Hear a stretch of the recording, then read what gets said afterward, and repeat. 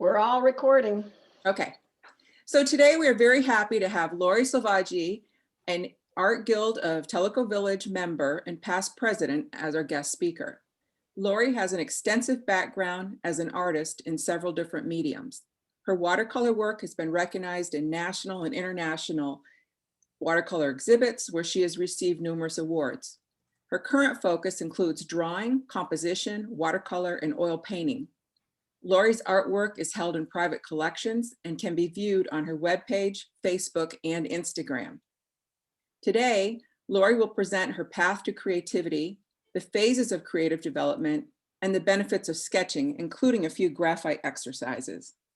Welcome, Laurie. You're free to begin. All right, trying to get my presentation up here.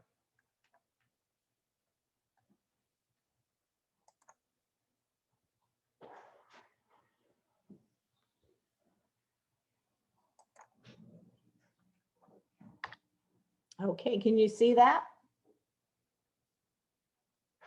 Yes, we can. Thank you. All right, well, thank you everyone for inviting me to present today. I'm really excited about it because I'm used to having at least a couple workshops, and last year has been really tough because I've been unable to hold those workshops. So I'm happy to be here doing Zoom. One of the things I wanted to talk about to start with is, share with you my path of creativity. I mean, everyone has probably started painting or drawing in different ways, but I started off without really a lot of drawing skills, and that's one reason why I'm sharing this today. I couldn't wait to get into watercolor, and I painted in watercolor, and I can't tell you how many beautiful pieces of paper I crumpled up and tossed away because I just didn't have the skill set to understand the value in the drawing. I guess that's all right if you're doing experimental and just flowing colors, but that's not what I really wanted to do. So I learned to draw on my own. I explored the watercolor wet and wet approach here with intermingling colors. And I began entering my work into juried shows. And this is one of the paintings I won the Grumbacher Gold Medallion for. And it was just a very simple one pass Swiss chard painting. And it's one of my favorites today because it's not real tight. And of course, I'm doing a lot of realism now, but I really like that in watercolor. I began exploring different mediums. And right here, you see one, it's a monotype. And that was really fun because I started working. I had to stop painting and started working. And so my time was limited. And this monotype process where you see these leaves here is painting on sanded plexiglass and then transferring that image to wet paper. And it really was fun. And I sold most all of those paintings. I saved this little one here because I just wanted a reference. But I also explored encaustics, mask making, mosaics, and even painted a few murals in my own home. Oil painting really has been my focus in the last 4 years, and I've gone more towards realism and building more narratives into my work. I study realistic oil painting at the Ani Academy with Anthony Wachulis, and I've been painting and Zooming with him for 4 years. We paint on a regular basis. We go through these Zoom meetings, and I've entered shows in my oil paintings, and this one with the Jack Daniels is currently on the International Guild of Realism's spring exhibit. And you can see that online if you go there. I guess the most important thing for me, and those of you that know me when I was the president of the Art Guild, it was just really important to explore and be free and experience and grow, and that search for personal excellence. I've been teaching, and I tell you, I've grown a ton just through teaching and through others. Because a lot of the students that I have are really experienced painters, so I feel blessed in that regard. Building brand, teaching workshops. I was a guest juror at the Fairfield Art Guild, and that was fun. I'm a member of IGOR, which I just talked about, International Guild of Realism. I'm a member of the Oil Painters of America, and these both are organizations you must be juried into. The Michigan Watercolor and the Tennessee Watercolor, I know you're all familiar with that. And those are all great organizations. I'm currently represented by Lovett's Gallery in Tulsa, Oklahoma.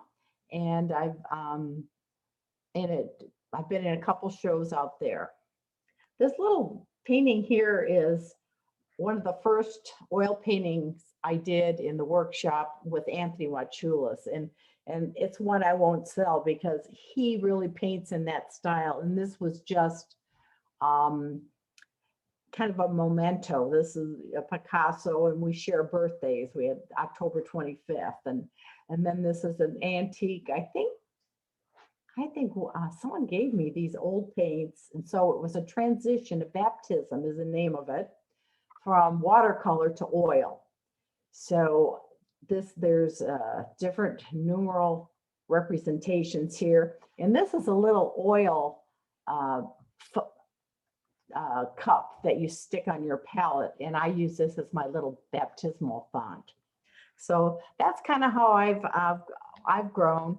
And here's I was talking earlier about the stretch philosophy, and I know many of you are familiar with this, but you see some similar familiar faces in there. Muriel Fawcett, yeah, okay. We had a really good workshop when we did this, and the stretch workshop. And the philosophy was really to get people to think more about just risk taking new ideas. And some examples here, this little figurine, Florafina, this is in a cigar box, and this was juried into the show out at the airport. And she was my little muse to help people think about stretching. She's got stretch around one of her thighs. She's got film taking, and not letting any grass grow under your feet, and wearing your heart on your sleeve. And it's got the Art Guild in there, and this little champagne cap. I had to add that. That's just Madame Clouquot, the famous woman winemaker. So these elements of stretch would be to include some symbolism in your work, or some element of a narrative or storytelling. The T representing trust in your line. Give yourself time to explore new approaches, or just capture a moment in time. So these are just elements to think through. You may not do all of them, but risk taking was one that I thought was very important, to reach beyond your your ways of creativity. Allow elements of chance to occur. There's even a movement called chance aesthetics. I went to a show in St. Louis, and it was really interesting that all these drippings or things that happened in painting or drawing were built upon chance. Experimentation. Experiment with a new tool, a new medium, an art genre, or just a technical skill. And we're going to work on that a little bit today. We're going to look at drawing with graphite. Track, keep records, set goals, leave tracks. Talk and document your experiences for others to learn. And I've been doing a lot of that in oil painting. I have developed a quadrant document where each painting I work on, I research the objects in my work, and I have lessons learned. I have the actual paint pigments that I used, because I found that so many times I go back and I'd say, now what color was I on? Did I use on that? How did I mix that? And so it's really critical, and that's built onto adding the status of the painting, which shows it's been in. And I can share that with anybody that's interested. It's worked really well for me. The C for challenge, grow through the process, commit to exhibit your work. And the Art Guild's a good example. I mean, we've had wonderful exhibits in the past, and many people would say, oh, I don't know that I can exhibit. I don't know that my work's good enough. Oh my gosh, it's been amazing to see our members grow and their work, just how they've come alive through jewelry, pottery, any type of artwork. Another part of the stretch philosophy is to heighten the awareness. So draw in your viewer and bring awareness to the viewer through maybe facts, content, emotions, senses, or the narrative. So that's just a little bit about that. And I had some really good feedback that people liked having that stretch philosophy kind of in the back of their mind to kind of go through and say, am I doing some of these things to grow? And I still think about it and sure enjoyed sharing it with everybody. So enough about me. Where are you on the following pyramid? Now this pyramid I just created for Annie Academy. And the thought process was, or the question posed to us as artists is to discuss talent, the word talent. Where does it come from? Are you born with it? Do you develop it? And so this pyramid is kind of, you're probably familiar with Maslow's theory of self-actualization, where he talks about growth. Well, this now is an artistic kind of pyramid where you climb the ladder of growth. And so it helped me think through talent.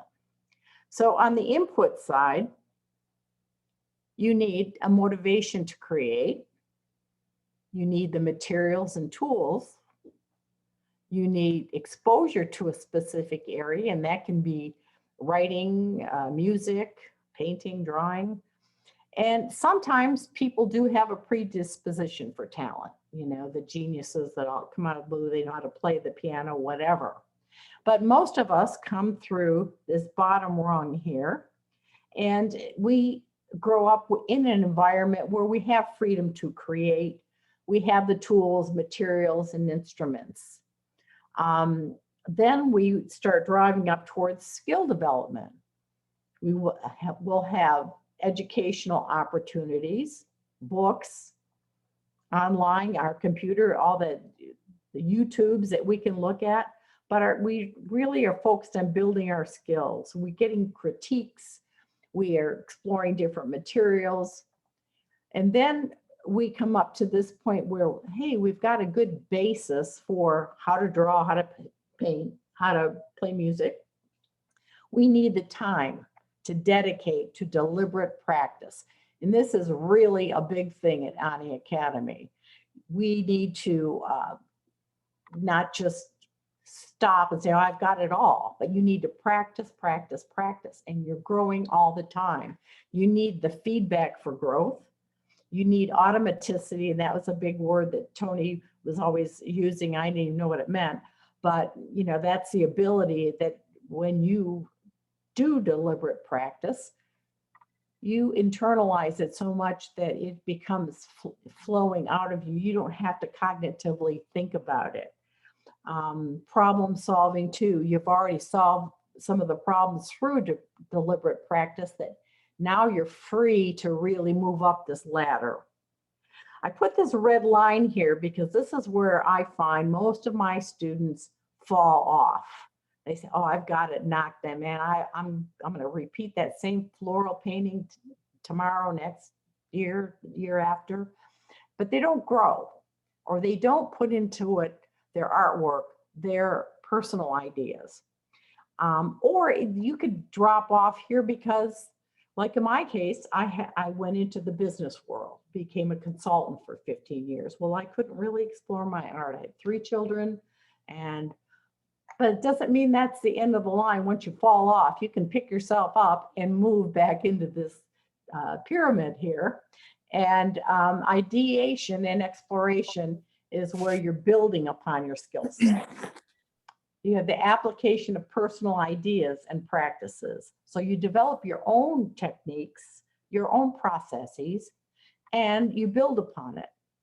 Then, you know, up here, your achievement, where you're receiving goals, acknowledgements, awards, sales, etc. Excellence is always what I drive for. I'm not driving for perfection. People will say, oh, that's perfect. No, I'm driving for excellence because there's nothing really that's perfect. I'm not really striving for that. I just want it to be the best that it can be. Some of the outputs over here, growth and learning, accomplishments, self-satisfaction, creative products, job opportunities, and financial rewards. So looking at this pyramid, is this helpful for you? I want you to think through it. You're not on, you're probably all on mute right now, but I think I've gotten a lot of good feedback from Ani Academy on this. They posted it on their web. And it helps me with my students say, you know, where are you? Where do you want to go? And I believe that everybody can achieve excellence if they work hard through these several steps here. Okay, shades of graphite. These are some examples of the work that I've done. Look how young I looked over here. Wow, pretty nice, huh? It's too bad. Time goes by, you age, but you still can draw, you still can paint, you can still have fun. So here's some examples of my work. This is my granddaughter, Abby. This is my husband, Michael. And this is a rooster I did. And this was a little mini trompe-l'oeil drawing. And this bird I found in my yard. I know people probably go, oh, that's terrible, but it really was nice to have the real thing to draw from. And this little gal was a waitress in Costa Rica. So those are some examples of my drawing work. And I just want to say that because I didn't start out with those skills, it has become more important to me to be able to sketch and draw, because I really can see and plan my oil paintings. And I just think I enjoy it. I love even doing completed drawings, not just sketching. And I just think it's a good thing for people that are on the learning or building their expertise to have this before you get started. Good habits, less errors. You can prepare yourself through observation, and sketching does enhance your work. I mean, you all work out those problems that you see, the lighting, or you change things when you're sketching. You don't want to do that in the middle of your watercolor painting. We know how painful that is to try to lift colors and change compositions. Sketching gives yourself time to build that great composition and learn from those adjustments.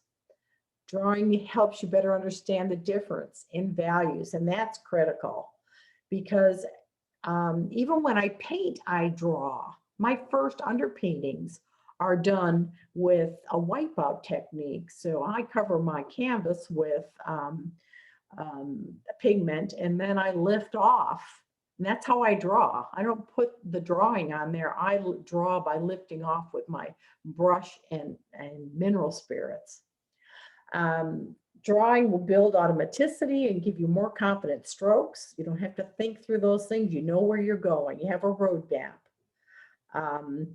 So it provides also a reference for future work. Say if you did a complete drawing and you wanted to sell it and you want to work on something again similar, you could use parts of a drawing. I've done like really detailed drawings of grapes, cluster of grapes, and then I've used it in different compositions. So it's a wonderful medium. This is a rose painting that I did. And another benefit of drawing is it inspires you to think differently. And this was a poem that I wrote while I was drawing this drawing. And I'll just read it. It's called Graphite Dreams. And graphite dreams awaken me before sunrise with unfolding rhythm of a rose. Starting at the fragrant heart, there appears to be the finest of lines embracing. One line takes my pencil along a flowing path that reaches for light and then gently tucks back into her heart. Final diagonal lines leave a trace of the graceful swirl setting them apart. Was it that movement from the heart that started the dance, or the fall of her sisters that took the blows of wind and rain? Petals continue to sweep out from their base, and the velvet of their skirt puckers with shadow. Their softness entices my touch. My senses are alive with fragrance as I enter my studio to paint. So the benefit here is you can build a kind of an emotional or thoughtful, provocative thoughts while you're drawing. So I don't consider myself a great poet, but I do share some of that, and it doesn't happen all the time. Once in a while, it just kind of spills out of me. So I did enjoy that moment. So we're going to look at some drawing materials. These are the basic tools that I use with my students. I have a graphite pencil set. There's all kinds, Derwent, Stadler. I like the Tombow Mono pencils. I've really found that generals are a little bit granular. So I've got all kinds of pencils, but you test them out and see what feels right for you. You'll see a difference the more experience you get. Mechanical pencils, I love to use those very at the end to refine textures. Pencil sharpener, sketch paper. This slide is from what I give to my students, but the Strathmore is good. It's a good drawing paper, but if I'm doing a final completed drawing, I use Bristol paper. It's beautiful, it's smooth, and you can work it very well. This drawing paper is a little thinner, but it's good for practicing and drawing just sketches. Tracing paper, a board, either foam core or masonite to put secure your paper to a board so it's got a flat surface underneath and you're not picking up any marks by surface below. A T-square, a gray eraser. Those are those kneaded erasers right here. They're really important, and you manipulate those and kind of knead them back and forth so they get clean, and you can shape them and everything. That's pretty cool. This is a little eraser stick that is often used to just lift off. You can even cut the ends of this and lift off shapes, fine hairs like in a dog or a hair on a person to get those nice light strands. I also, it's not on here, but I have a Mono Zero. It's one of my favorites, and I'll demo this, and it's real thin pencil eraser, and I use that a lot. This is good for shaving your pencils, this little blade here, if you want to build some graphite. And this is one of those little sandpaper blocks that you can use I even use a clean sheet to clean my erasers with, but it's mainly for those long pencil lids. And I'll show you an example of those later. Sadie Valerie, I took a workshop out with her in California, and she shaved her pencils, and they had the lids were about 3 inches long. And she used that to really file them down. Facial tissue, and then last but not least, the workable fixative that you spray to hold the graphite onto your paper just lightly. Here's another handout that I give my students looking at the graphite scale. When the first time I saw this, I thought, oh my goodness, what is H and F and B and XX? It is really overwhelming. And I'd even label some of my pencils, or the ones that I really use. I put tape around them, and it was really helpful. But understanding the difference in these pencils, you really do need to understand that, because it's a difference between having a glossy, shiny, disruptive surface, or one that you tear the paper up and destroy the tooth. So these H pencils are the, sometimes very lightly I use it for the initial sketch, because it's light, it's hard. And the difficult part of it being hard, this H lead is hard. It destroys the tooth of your paper, especially if you use the point of your pencil. So I use these H's more often after I've used the B's, and I come in with circular motion and fine tune this more textural dark lead. Here to H, this is what I use for blending in the circles, like in skin. Say I was doing a facial, a portrait, and I'll show you some examples of that, where I use the 2H, and just with fine circle movement, building that layer, I mean, with a lot of patience. And I'm using the side of the pencil, not the point, so I don't damage that tooth. That is critical. The darks, I start, this is the base 2B. The HB over here is your basic school pencil. But when I start my darks, I start with the 2B and see where that takes me.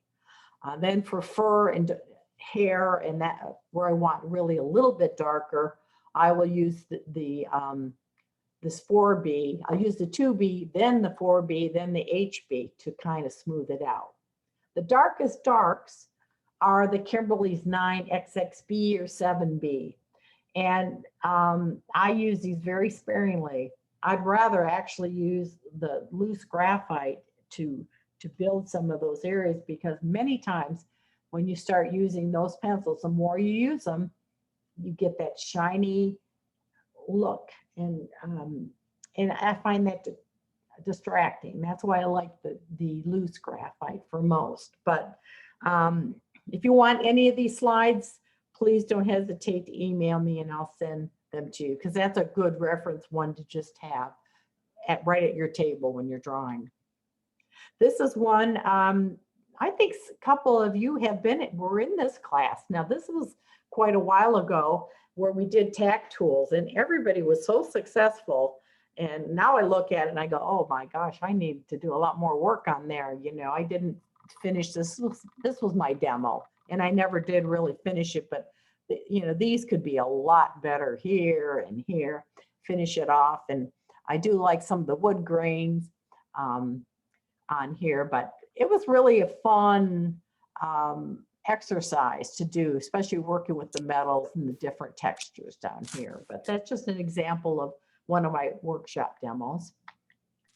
And here's another one demo in one of my classes where we applied layers of graphite shavings from our pencils to achieve these different textures.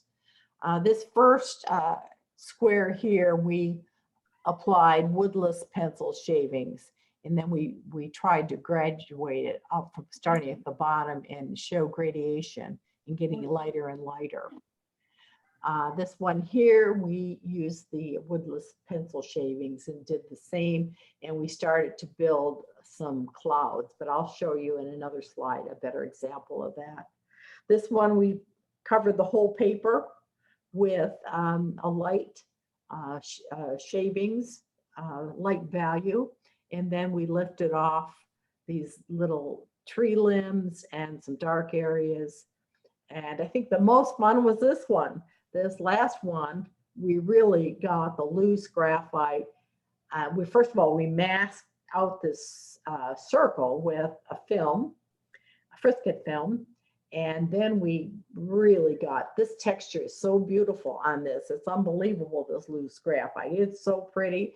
And then we peeled the film off, and then we used felt and we gently brought some of this graphite in to the side to turn the form. And that was a fun example. This is another example where we used the powdered graphite and blended it to achieve an atmospheric look. And then we came back after we did this light approach, came back with more realistic drawing over it. And that was fun too. Now here's the one where we did the clouds, and we looked at the edges. We talked about clouds. We looked at the edges of clouds, and some are concave and some are convex, and noted the effects of the light source and how the clouds differ from the different vantage points, and they get smaller and smaller down here. But what we did, we had the graphite. I think we used loose graphite, or maybe I think you had a choice whether you wanted the loose graphite, but we covered the paper and then we lifted off some. We tore 2 to 3 cloud edge templates, and we just tore it by turning the paper and twisting and getting this kind of uneven shape like that. And then we'd lay our template on there, and we'd lift off this white with an eraser to get the lightest clouds, or we would add clouds like this and add more graphic, but we use that template as our edges. And that was fun. I enjoyed that. In fact, I would like to do that again. That was neat. And I do have a picture to show you on that after the presentation. So these are some of the thoughts I like you to consider to ponder. They're what I look at after I'm done with the painting. Here I am standing there with the arrow scratching my head. What am I doing here? Why did I create this piece? Is it for a story, a narrative, or what's going to excite my viewer about this piece? Does it have symbolism? Is it obvious? Is it hidden? I recently completed a large oil painting, and it was called Prayful, P-R-E-Y-F-U-L bouquet. And there's a hidden praying mantis in it. And it's out in Tulsa, Oklahoma right now, and it's for a radical botanical show, and it's gotten a lot of good reviews. So next, something to think about is your focal point. Where's the highest contrast? Is there movement within the composition? How will the viewer get there? Will the viewer stay there? The lighting. This is one that I still have to tell myself, I need better lighting in this piece. You know, a lot of times we'll start a piece, and if we don't set it up right or we get anxious to paint, we don't get our lighting right. So the shadows and the highlights, especially if you're doing trompe l'oeil work, really critical to have those nailed down. Colors, are they realistic to what you're trying to convey? You know, if you're doing a lemon, you want it to look like a lemon. You don't want it to look like, just a light yellow. You want it to really look like the color of the object. The texture is the same way. And the last question I asked myself, does it work as a whole? Is it going to hold the beholder? And by that, I mean, is the viewer going to stay there? For me, I need to, I look at myself, what makes me want to step in for a closer look? What is it? It's a 3-second rule. That's one of our goals, to try to keep the person looking at least for a little bit before they just move off the page. But anyway, I want to thank you all for listening. I know a lot of you are already expert artists, and I hope it gave you some new insights into the drawing area, but the influence of a good teacher can never be erased. And that's really true. I've learned a lot from all of you, and also from my mentor. So thank you very much for inviting me. I invite you, if you're interested, to contact featherstone01@tds.net. This is my home studio, and this is where I love to paint. And I push the sofas aside, and I put 10 tables in there, and I take 10 artists. So if you're interested, email me for any of the exercises. I'd be happy to share them with you. or if you're just interested in being put on the distribution list so you know when the next workshops are. So now that ends my presentation. I'm going to do a couple demos. And let's see, how do I get back to my screen? Oh, I think how do I stop the share? No. Let's see. Yeah, I think you just, Stop your sharing, and then you can just have your camera pointed at your demo. All right, cool. This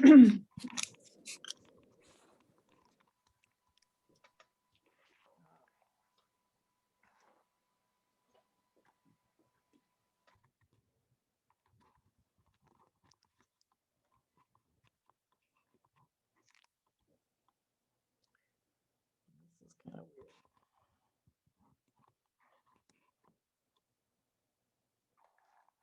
Okay. First of all, I'll see if I can show you a few examples. This is a drawing of my grandson, and this is on clapboard, and that's what Judy's going to be talking about in her presentation. But it was really fun to just use graphite on the clapboard. It's such a smooth surface, and you really get good detail on that. This is one that I did with the loose graphite, and this was a horse and a fella, and this was in Normandy, France, and this guy came out of nowhere and was heading toward the beach with his horse. So I don't know if that's a jockey or what that is, but anyway, I used the photo to build that atmosphere, and that's just what it looked like too. Okay. Here's the one that I did with the clouds and the template, and this was great fun.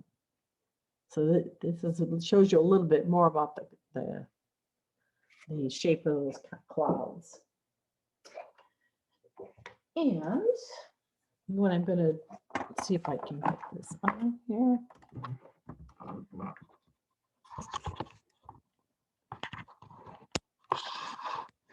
wrong way. Okay, I guess I'll do it like this. Okay, so first of all, I'm going to show you, this was the Mono Zero. It'll take a while for my camera to adjust. Come on. I guess it's not happy about that. Anyway, this is what it looks like. This eraser, I use this all the time. It's really, really critical. And first of all, I'm going to just work on, this is a very inexpensive, this is more like the drawing paper. It's very thin. So you wouldn't want to use this for a completed work, but you, I just had this laying around, so I just wanted to show you holding your pencil on the side. This is a 9B. I just want to add a little bit more darkness over here on this shaded side. So I'm just kind of like stroking it very lightly just to make those lights, those light edges come up into focus. And this is the dark side of the bird. So I'm going to start over here. This is kind of hard. I'm doing this backwards so you can see, but I want this edge. I want to turn the form, his body a little bit and give it, but I'm just stroking it. I'm not drawing it like this. I'm just using the graphite. It's like laying on the graphite. So you're just stroking it like the feathers would be. And I'm coming around, just trying to make that a little bit darker. And then if you wanted to add, where you show some feathers when you get down to the detail, you can even do that. And then this little eraser, this is where you can lift off, and you can, this is not clean. You can take this kneadable eraser and poke your pencil eraser into it to clean it, and you do that often. And then this eraser is twisted. This is that malleable gum eraser to a point, and you can lift off pieces. Like say you want to get those feathers, you can lift it off. And this light side here. But if you want a hard edge, you really want a clean edge, this works really well. And you can even cut this so that you can get the shape that you want, but you can really just, it's a little, it's got some tooth on it, and so you really can lift that graphite out. And then always have a little brush. Don't use your fingers like I just did to brush the debris away, because the oil's in your skin. So I'm going to just lighten this a little bit just to show you. And then I'm going to darken that. So now I want that. Oh, can you see me? What happened? Oops. Yes, we can see you fine. Okay, all right. And then you can sharpen that edge so you get just what you want on there. All right. So that's a little bit about that. I mean, it's not a lot, but just remember, don't use the point, use the side, lay the graphite on, and build your textures that way. And now I'm going to move over to this little, okay, you can see it. This is just, one of those candy kisses. Okay, and I'm going to use a loose graphite. And this is, the light is coming this way. This is not done. I mean, I could work on this forever, get these little folds and everything, but I thought this would be a good example to show you. I'm going to make this really dark over here with the loose graphite. So this is what the loose graphite comes in this container, Generals, and that's a lot of loose graphite. So, if anybody wants to try this, contact me. I'll give you a little bit because there's a lot in here. This will last my lifetime. So I have a little bit in this little cup. And the brushes I like to use, I mean, these are all my graphite brushes, but this this pointed one seems to work the best. I don't know why. It's soft hairs, but if you're doing a big surface, I think I've used this one a lot too. It just depends on if you're going to do the whole surface, you might use your flat brush to lay on some graphite to start.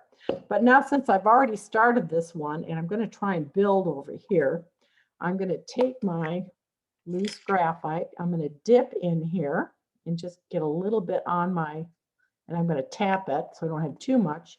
And then I'm going to tap it right on here. I might put a little bit more on there.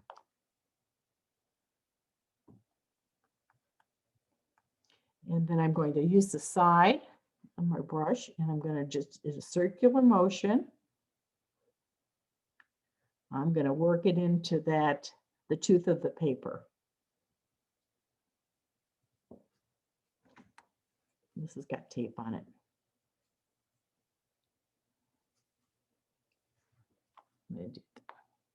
And, on one of those drawings, I did about 10 layers. And really, it took the tooth of the paper so well, and there wasn't any, unevenness. It just worked so well, but you just have to go slow in the circular motion. And I probably put too much on here, but try and work it all in. I'm going to stick on this side.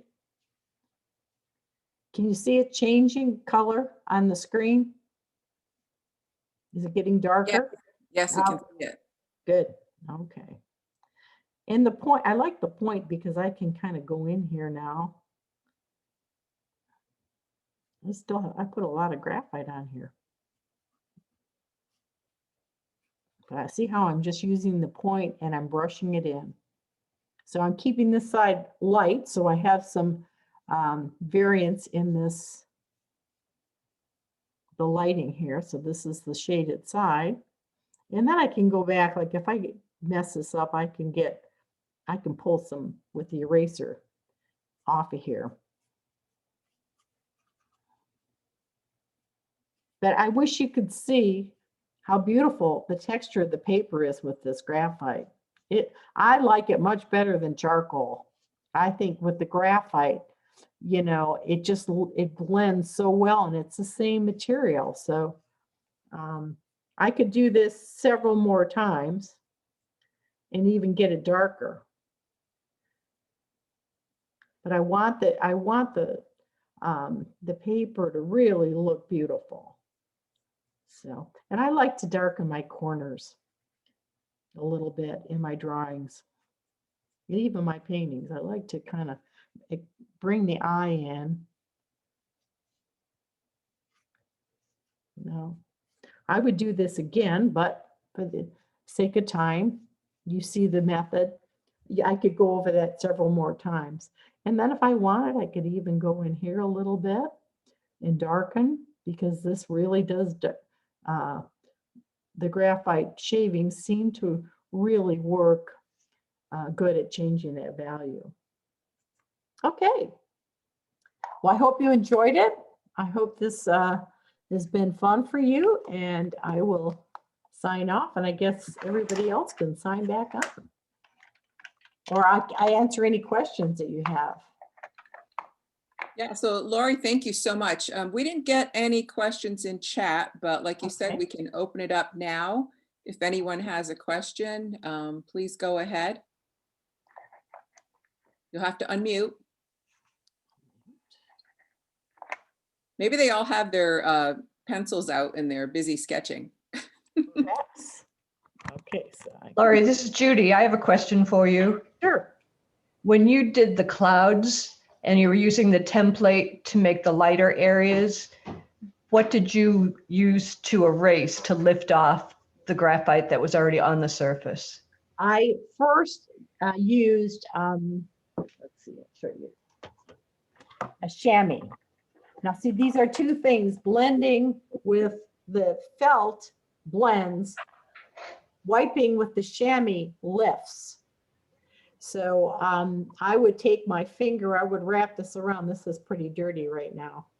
I may have blended with this too. But the chamois, when you fold it, you go over an area and lift. But then the second area where I really wanted the white cuts to be even whiter, I used my eraser, and I picked off areas. Thank you. Mm-hmm. Anyone else have a question?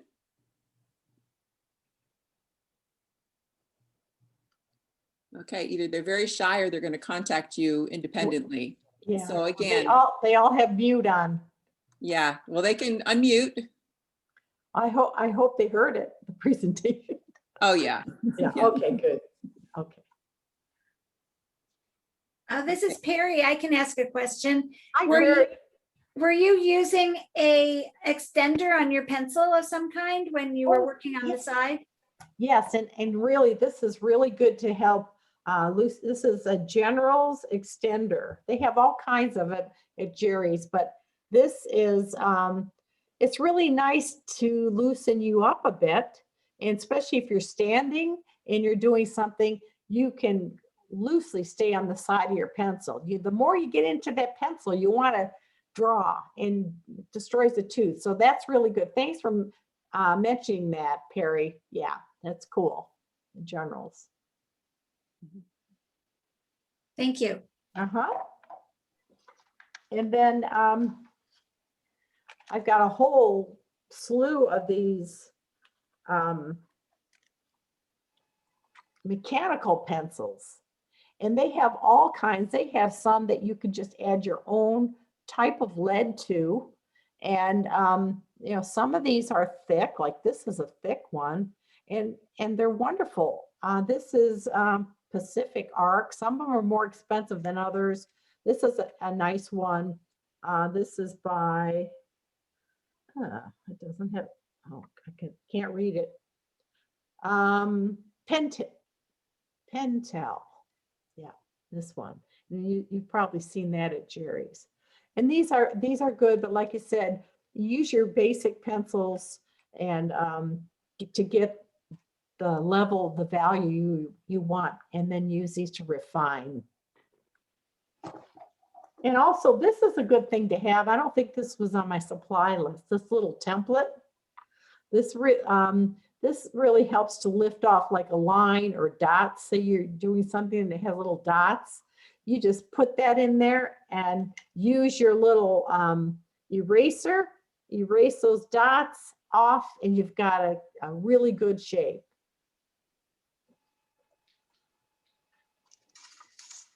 Very good. All right, well, if there's no other questions, again, I want to thank you, Laurie, for sharing your beautiful work, Thank teaching you. us how to stretch as artists and incorporate some of the new sketch work techniques into our art routine. And as a follow-up, I encourage everyone to refer back to the program page of our website, where there are links to Laurie's webpage, where you can see more of her work and also information to contact her regarding workshops and classes. And as always, please feel free to provide your feedback about our meeting programs. We're always looking to improve our programs and provide all different mediums to share. And as mentioned earlier, past presentations, Zoom presentations are recorded, and they are in the members only section of our page. And if anyone needs help getting to that, you can contact any of the board members, and we're glad to help you out. Our next meeting is April 15th, featuring Georgia-based pastel artist Karen Margulis. Karen will present tips for painting beautiful wildflowers and share some of her work. And you don't need to be a wildflower artist to enjoy this presentation. The April meeting announcement is posted on our website, and an email to members will be sent soon. So I hope you have a great day. Everyone survived last night's rain, and be careful of the wind today. So I hope you have a great day, and thank you for your attendance and participation. Thank you. Carolyn. Bye, Thank everyone. you.